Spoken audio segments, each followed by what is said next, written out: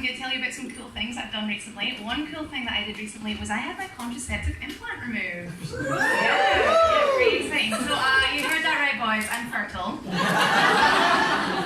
If you don't know what the contraceptive implant is, I'll explain it to you, right? Basically, it's a little plastic tube, it goes in your arm, it releases hormones. Those hormones make you fucking insane. And irrational. Have you had this? No, you just know. Yeah, everyone knows. Yeah, it makes you irrational and difficult to be around, so no one wants to fuck you, and that's how it stops you getting pregnant. I went on hormonal contraception in 2016 because my boyfriend at the time didn't like condoms. I know, right? I know, poor baby. Yeah, I know. So I thought, you know what? I like this guy. I have a good feeling about this. I think we could be together for a while. Let's see where it goes. He broke up with me a week later. No, it's cool. It's cool. I'm over it. It's fine. I deal with it like an adult by passive-aggressively bringing it up every time I see him. I was doing that bit a couple weeks ago at a gig, and afterwards someone said to me, "How do you manage to bring it up every time you see him?" And I was like, "Oh, I find a way." Don't you worry. But yeah, so now the cool thing about hormonal contraception is it comes with all kinds of great potential side effects, and you don't know what you might get until you try it for a while. Isn't that fun? Mine were weight gain, skin breakouts, and female pattern baldness. What's that, Adrian? Sexy. Stop. He's so bad. So I decided to get it removed. Now, getting it removed, this was a weird experience because I don't know if anyone else has had this, but have you ever noticed doctors who specialise in sexual health are always, that's for later. Doctors who specialise in sexual health are always fucking strange, right? Like, we've all had this, we've all had these experiences, right? It's kind of like how everyone who you know who studied primary school teaching at university was a complete deviant.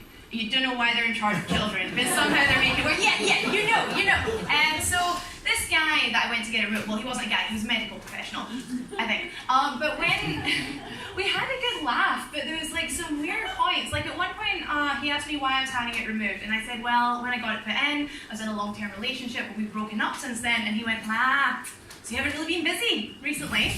I was like, wow, harsh burn, doctor, accurate but harsh. And then afterwards, when he took it out, this is completely true. After he removed it from my arm, he's got it there, he's got it in tweezers. Instead of just putting it in the bin, like I expected him to do, he held it in front of my face. And he went, ooh, we've had lots of fun together, haven't we? See, you feel uncomfortable with that, right?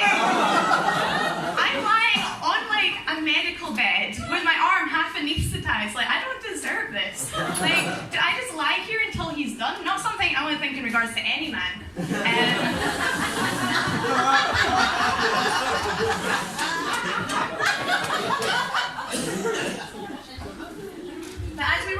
as I was getting ready to leave, I was picking up my stuff and he said, have you experienced any, kind of mood swings while you've been on this? And I said, actually, now you mention it, yeah, a lot of depression, a lot of mood changes. And he said, yeah, that's probably the implant. A lot of people report like kind of weird behavioral changes and things like that. It's very common for people to have those side effects. And I was like, wow, I had no idea. I wonder what other bullshit behavior I can blame on this. So I phoned up my ex-boyfriend, different ex-boyfriend. I was like, hey, Daryl, how's it going? Do you know what? Funny story. Do you remember after we broke up, I left you all kinds of weird, angry messages, some of which didn't even make sense? Turns out, just a side effect of my hormonal contraception. And do you remember how I used to always bump into you outside of work, even though I live and work in a different part of the city? Again, just the hormones. And do you remember how I kind of conveniently changed my life and career plan to sort of match yours because I thought then we'd be more likely to bump into each other, and that meant that maybe you would see my face and you'd realise that actually leaving me was a mistake and you love me after all. Ha ha, hormones! So I'm going to let you in on a little secret, might come as a surprise. I'm a bit mentally ill, and give me a cheer for mentally ill. Holy shit, I did not expect that. But of course you are. You're in here on a Friday night. Go outside, live your life. Please stay, I have abandonment issues. If you don't have a mental health problem, get one. It's something to do. They're pretty in vogue right now. You can go, there's a lot of different options out there. You can go for one of the classics, you know, your depression, your anxiety, as I call them, the greatest hits. I'm a bit of a hipster, so I have a less mainstream one. I have something called borderline personality disorder. Ooh, a personality disorder. It's not your brain that's wrong, it's your whole self. It's a fun little trauma disorder. Its symptoms include mood swings, paranoid thoughts, unstable relationships. I have an intense fear of rejection, and I'm an increased risk of suicide. So hey, better laugh at all my jokes. It's alright. I mean, it sounds bad, but I do try and look on the bright side. You know, like I try and play fun games. Jesus, dark crowd. I didn't expect any of this. I was really anyway.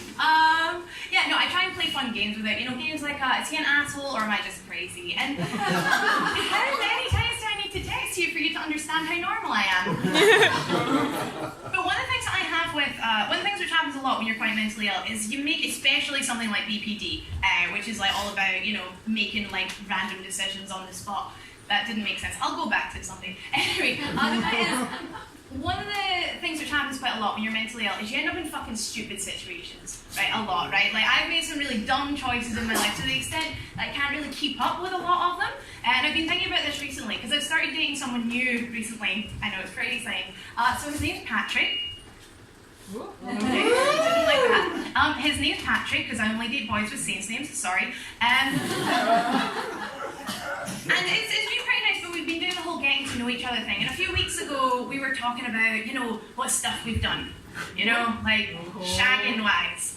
So have you ever had sex outside? Or, you know, have you ever done any butt stuff? Like, I didn't mean to look right in your eyes when I said that. Oh, wow, that was weird. But, you know, we're having all those conversations. And the question that he asked me was, have you ever been in a gangbang? Which is a weird question, even with the context. I don't really know why he asked me that. I guess I'll find out. Stay tuned. But I said no. Cool, move on. Next day I was talking to my friend, and I told her that he asked me that, and I told her that he asked me that, and she said, well, what did you tell him? And I said, well, I said no. And she went, but you have been. And I was like, what? No, I haven't. And she said, yeah, you have. And I was like, what? No, Isabel, I would remember. And she said, no, you used to tell this story all the time. 2015, you, Ben, Adrian, oh my God, I was in a gangbang. And I forgot. But no, okay, so I would argue it wasn't, don't worry, it's okay, it wasn't. It was an orgy where I was the only girl. It's different. Okay, I'm going to explain. I should give some context here. So it all started with a game of dominoes. Now, when I make some stupid decisions. Okay, when I say dominoes, I don't mean like a niche sex act that none of you are cool enough to have heard of, you bunch of virgins. No, I mean like dominoes, like the you know, tile-based strategy game that your granddad loves. I was over at my friend Ben's house. Ben had invited a few people over for some quiet drinks and board games. Very civilized. Now, 3 things you need to know about Ben. 1, he's beautiful. 2, I really fancy him. And 3, he's incredibly bisexual. So it's me, him, and then like 5 other guys. We're just hanging out. And I don't know why we were playing dominoes, because it's not the most intellectually stimulating game imaginable, but I'm like, cool, let's go with it. So it's going around, and we're all, it's fine, right? Everything is normal, everything is fine. And then it gets to Ben, and Ben can't put down a domino. That's okay, that's part of the game. He chats his little hand, we move on, and then someone goes, whoa, whoa, whoa, let's make this more interesting, like it's poker, alright? It says, anytime you can't put down a domino, you remove an item of clothing. Yeah. So, fast forward 20 minutes later, everyone is naked. Erect penises everywhere. Ben, who I quite fancied, is now bent over a chair next to the fireplace whilst another man shoves as much of his tongue as possible into his asshole, which was not the outcome that I hoped for the evening. Now, I don't really know how I ended up in this situation, right? Because I was genuinely expecting a quiet night, a few drinks, last subway home, right? And here's the thing, because I've always been a bit of a tomboy, like I've always been one of the lads. But this is taking it a bit far, you know? Like, I am the only only vagina in a gay orgy. You were talking about the only gay guy, the token gay guy in the bridesmaids. Yeah, I'm the token vagina right now. And I'm not getting that last subway home. Now, it's at this point that Ben's flatmate, Grant, arrives home. Grant is a 57-year-old man who's just arrived home from work. He opens the kitchen door, takes in the view which meets his eyes, looks around, pauses for a second, and then goes, okay. Ew. Did someone say ew?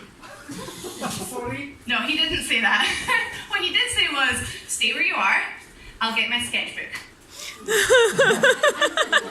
He's a life drawing artist. He's also out of his mind on MDMA, so he's just handing out joints to everyone. If this sounds wrong, it is. He's a 57-year-old man who hangs out with 20-year-olds and gives them drugs. It's not okay. Fast forward a couple of hours later, I'm now lying in Ben's bed. I'm in the fetal position, absolutely exhausted. Next to me are two men who I've never met before. You okay? She'll be fine. I was fine, you'll be fine. This is my life, right? This is my life. Next to me, there's two young men who I've never met before. One of them giving the other the most virile ass fucking that I have ever witnessed. Actually, the only one I've ever witnessed. And honestly, as I felt the vibrations through the mattress, it's quite relaxing. You think you know comfort? You don't know comfort. You don't know comfort until you've been rocked to sleep by the gentle, pulsating rhythm of two young men enthusiastically buggering the fuck out of each other. I've been Roisin Caird. You've all been amazing. Good night.